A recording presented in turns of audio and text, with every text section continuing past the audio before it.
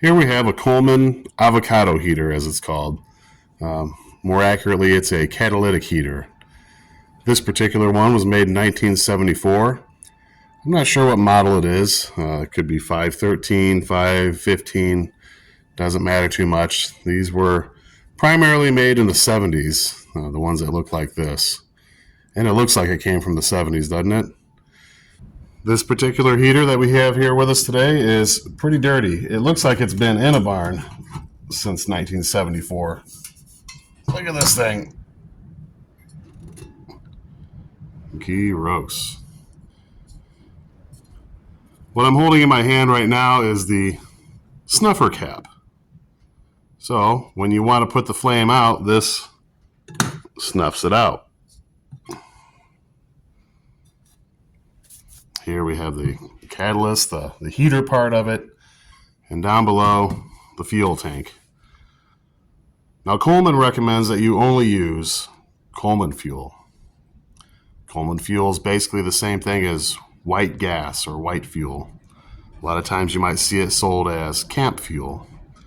You could use unleaded gas in this, but with all the stuff they add to unleaded gas, like detergents and whatnot, all that's going to gum up the works. So stick with Coleman camp fuel, white gas.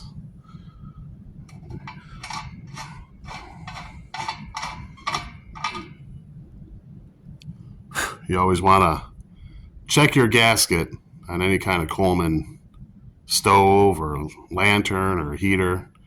This one looks like it's in okay shape. This tank doesn't get pressurized. There's no pump to it like a lot of the Coleman things has, but you still want to check and make sure it looks okay. Also take a peek down inside the fuel tank. Make sure it looks clean. If it still has fuel in it, who knows when that fuel could be from, how old it is. The one we have here today, thankfully, was left empty, because who knows how long it's been sitting for. We're going to clean this heater up. I'm going to use a grill brush, and of course I'm going to use my wife's good washcloth, as always, when you're cleaning a Coleman stove or heater or lantern. Be sure to use your wife's good washcloths. They'll thank you for it. Once we get it cleaned up, we'll take a second look at it, and we'll explain how to light it. Underneath the heating element part of it, you can see these posts. I believe there's 3 of them all the way around, and you can see where this rotates a little bit, and then you can lift this part off. You would do that to check the wick of these things. If it doesn't light, chances are you've got a bad wick. You can go to oldcolemanparts.com, I'm sure, and order a new one. Try to figure out which model number you have. You'll be able to do that by looking at the heater. This one has kind of a cylinder shape to it. Some just look like a dome, just a round dome shape. But make sure you get the right parts.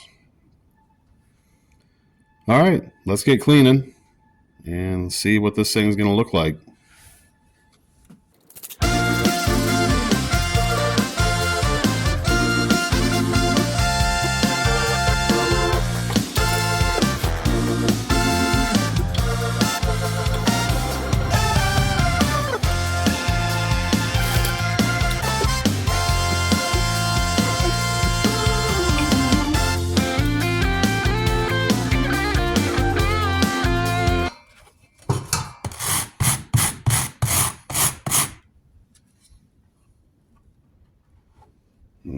Maybe we don't want to do that.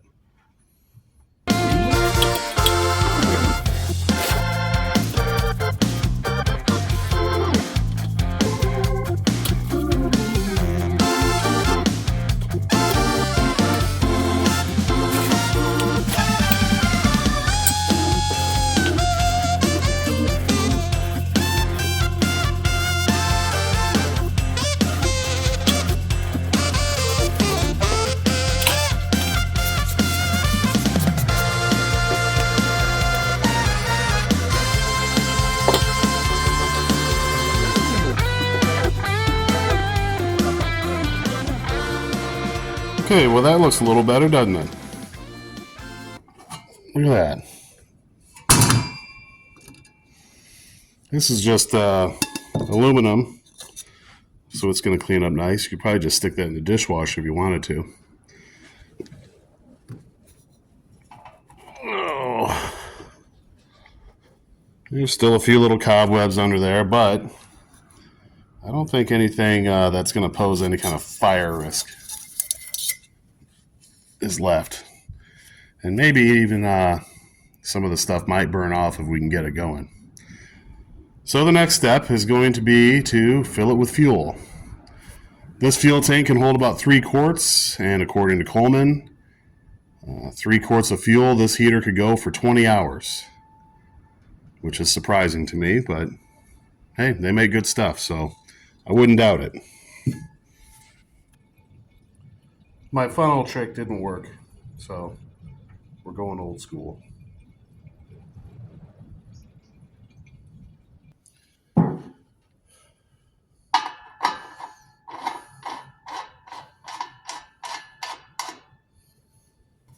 Look at that.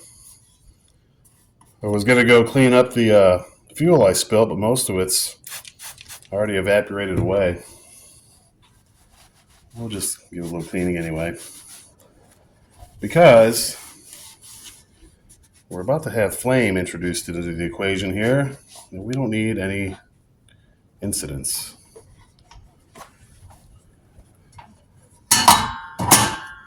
Okay, now let's talk about lighting this thing. We're going to flip the lid up. We're going to remove the stuffer cap.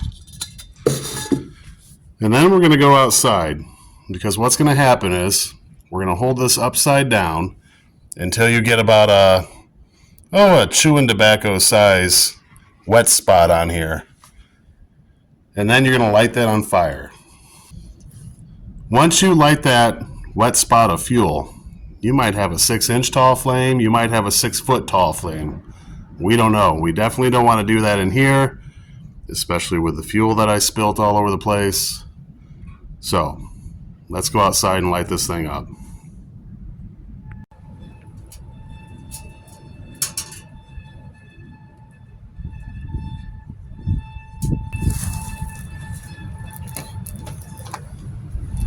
Okay, I just flipped that over for a second, and the wet spot's about that big, so it might be a little much.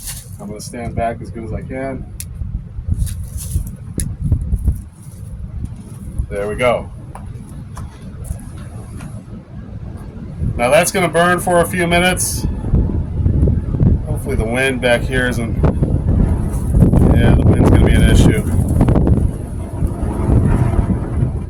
Yeah. We'll let that burn for a few minutes until we can't see the flame. The flame will still be there.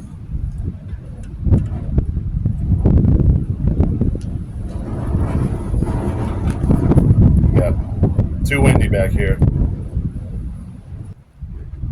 If anything bad happens, I'm going to kick that thing down into that old concrete water trough and just let it burn.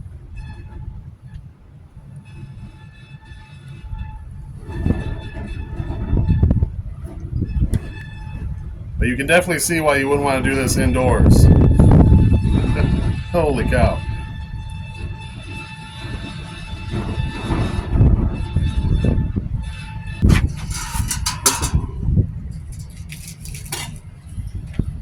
And now that we've got out of the wind a little bit, I waited a few minutes for the flame to die down.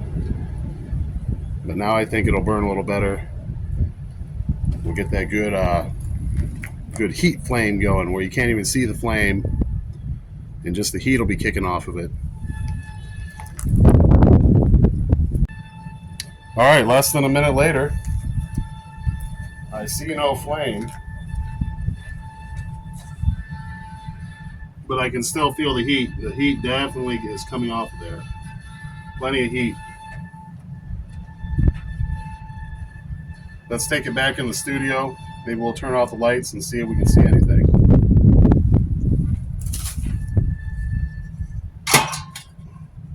Oh yeah, she's warm.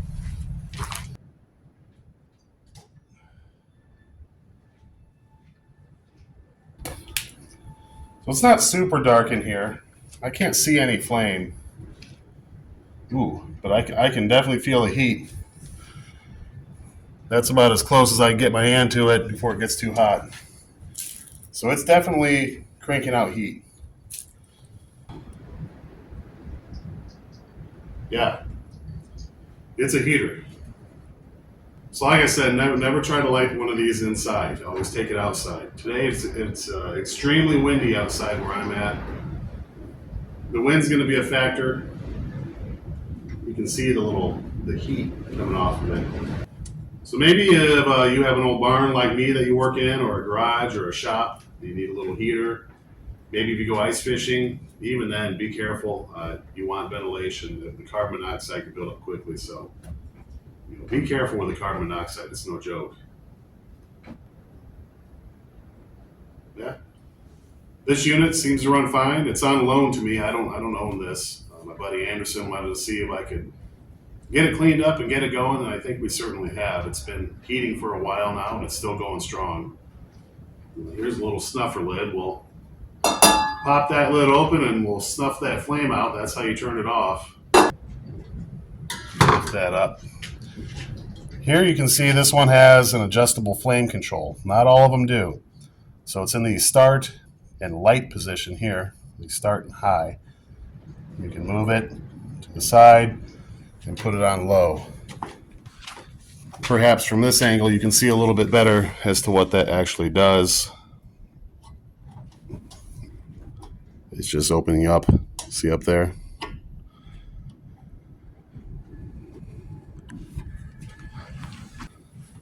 Once you've lit this, let it burn for 15 to 20 minutes. The instructions are right here. If you have one of these, make sure you read those. Let it burn for 15 to 20 minutes, and then you can adjust the heat like that. Now to put the flame out, I would probably set it on low. Give it a minute or two, let it get to low. Take the snuffer cap, and the flame will go out.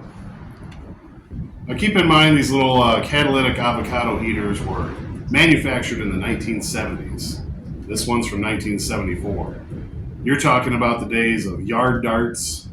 You're talking about the days of kids playing with wood burning kits. You're talking about the days where kids would wake up Christmas morning and open up a home chemistry kit complete with acid and everything else that they would mix together. So exercise extreme caution. Keep in mind with what you're dealing with here. Be very careful. They kick out a lot of flame, they kick out a lot of heat, they kick out a lot of carbon monoxide. You're watching Olive Drive Alliance here on YouTube. Thank you very much. If you're into outdoor cooking, camping, survivalism, prepping, old Coleman stuff like this, consider becoming a subscriber. Hit the little subscribe button down below. If you enjoyed this video, give it a thumbs up. Leave a comment. Have you ever used one of these before? Have you ever seen one of these before? I sure would appreciate it if you left a comment. So, I will see you all down the trail somewhere. Until then, I hope you have a great day.